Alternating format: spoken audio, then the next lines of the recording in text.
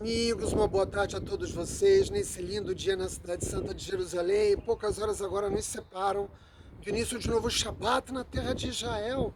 E o povo judeu no mundo todo vai fazer uma leitura dupla da Torá. Trata-se das Parashot Tazria e Metzorah. A Parashat Tazria nos informa da existência de uma doença, de uma enfermidade espiritual que nós conhecemos como Tsarat. Você precisa esclarecer desde já que Tzarata não tem qualquer conexão com o mal de Hansen. E essa confusão comumente existente deriva do fato de que a Torá foi muito mal traduzida por aqueles que procuraram se apropriar sua sabedoria sem ser por um meio caché, por meio da sabedoria dos sábios do povo judeu, mas sobretudo pelo fato de que, apesar de ser uma doença espiritual, ela também tem uma manifestação física. E que manifestação física é essa?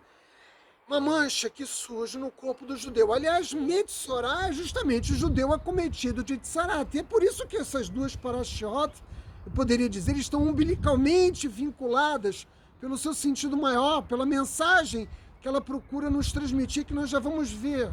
Mas, Átila, quais eram as causas que levavam ao acometimento por parte de um judeu de Tsarat? São muitas. Mas eu diria que a vaidade, o egoísmo, a raiva, a arrogância e, sobretudo, o mau uso dessa faculdade extraordinária que o Criador deu apenas à nossa espécie, que é a fala, é a causa de Tsarat, ou seja, Lashon Hará. Mas, Átila, se no passado, quando um judeu cometia um pecado, surgiu uma mancha no corpo dele, por que nos dias de hoje isso não acontece mais? É preciso entender que no passado, quando nós tínhamos o Mishkan, e depois o Beit HaMikdash, a manifestação divina se revelava de forma absolutamente aberta. Me permitam dar alguns exemplos para que vocês possam entender isso. Eu não me refiro à abertura do mar de juncos, eu não me refiro ao maná que caía dos céus, e nem às colunas de fogo e as nuvens de glória que protegiam o nosso povo. Durante o funcionamento do Beit HaMikdash, quando um corbão, um sacrifício era feito, uma coluna de fumaça subia aos céus. Se esse corbão era recebido, se ele era perfeito, a imagem de um leão se manifestava nessa coluna de fumaça. Mas quando o corbão não era bem feito, não era recebido nos céus, a imagem era de um cachorro.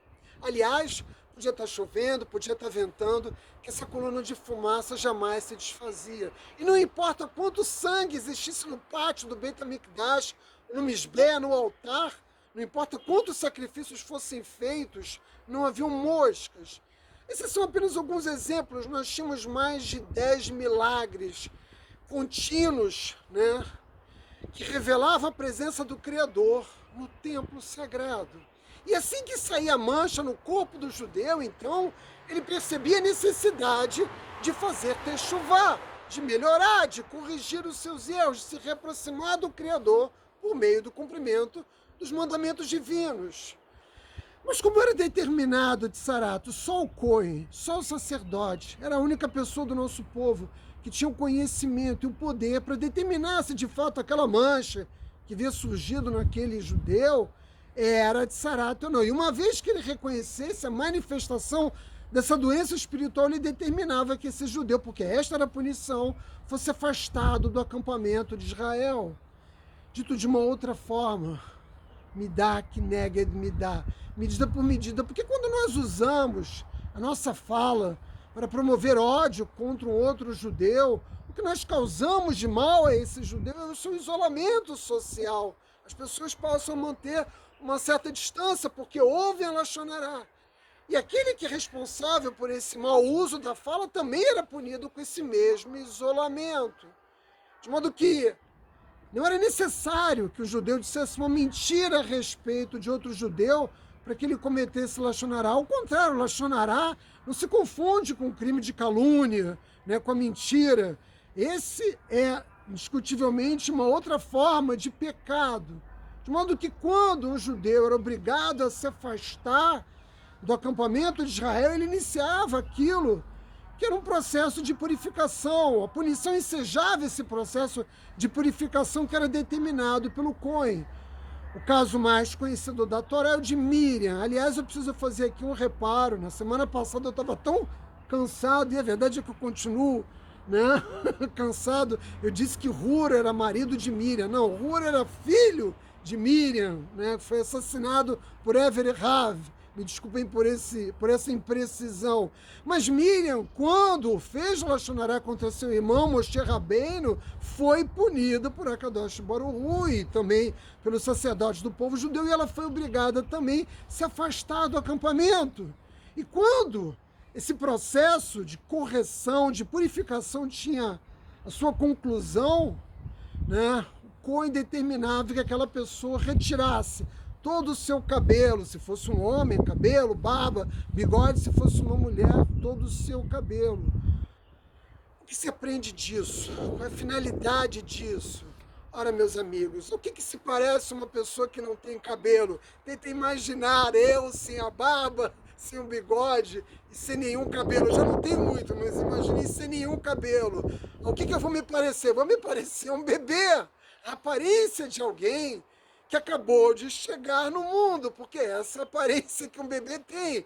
Ele é banguela, ele não tem cabelo, e ele é, sobretudo, uma alma pura. Ele chega nesse mundo sem o cometimento de erros, de pecados, ele ainda não teve a chance, ele não teve a oportunidade, pelo menos naquela existência, nós não sabemos nas vidas anteriores daquele judeu, né? Naquela existência ele ainda não teve a oportunidade de cometer mal nenhum, né?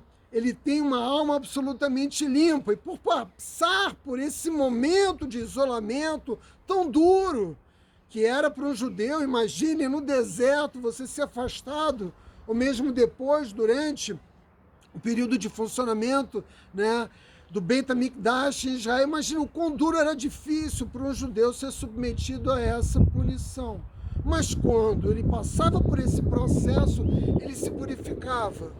Mas apesar disso, Hashem quer, apesar da punição, apesar da mancha no corpo, chamando a atenção do judeu de que ele havia cometido pecado, Hashem quer que ao final desse processo, se ele for feito corretamente, só o sacerdote pode determinar se a pessoa de fato alcançou êxito em seu processo de purificação. A Kadosh Baruch Hu quer que cada um de nós se sinta como se fosse uma pessoa nova, como se fosse um bebê. Vejam, eu fiz algo muito grave, era o que deveria pensar esse judeu. Eu fiz algo muito grave no passado, mas eu sou capaz de recomeçar. A Kadosh Baruch Hu está me dando a oportunidade de um novo começo. Eu posso começar de novo, eu posso começar puro, eu posso começar limpo. Eu tenho a chance de reparar o dano que eu cometi. Ora, qual é a mensagem que está contida aqui, meus amigos? Nós sempre podemos voltar atrás nas nossas ações. Me lembro nos anos de advocacia, quantas vezes eu visitei presídios e conversando com os presos, a frase mais comumente dita era: doutor, não tem mais volta para mim, é tarde demais para mim, os erros cometidos foram muito graves, eu não tenho mais como voltar atrás. Ora, o que a Kadosh Baruch Hu está dizendo é justamente o contrário. É um erro essa forma de pensar.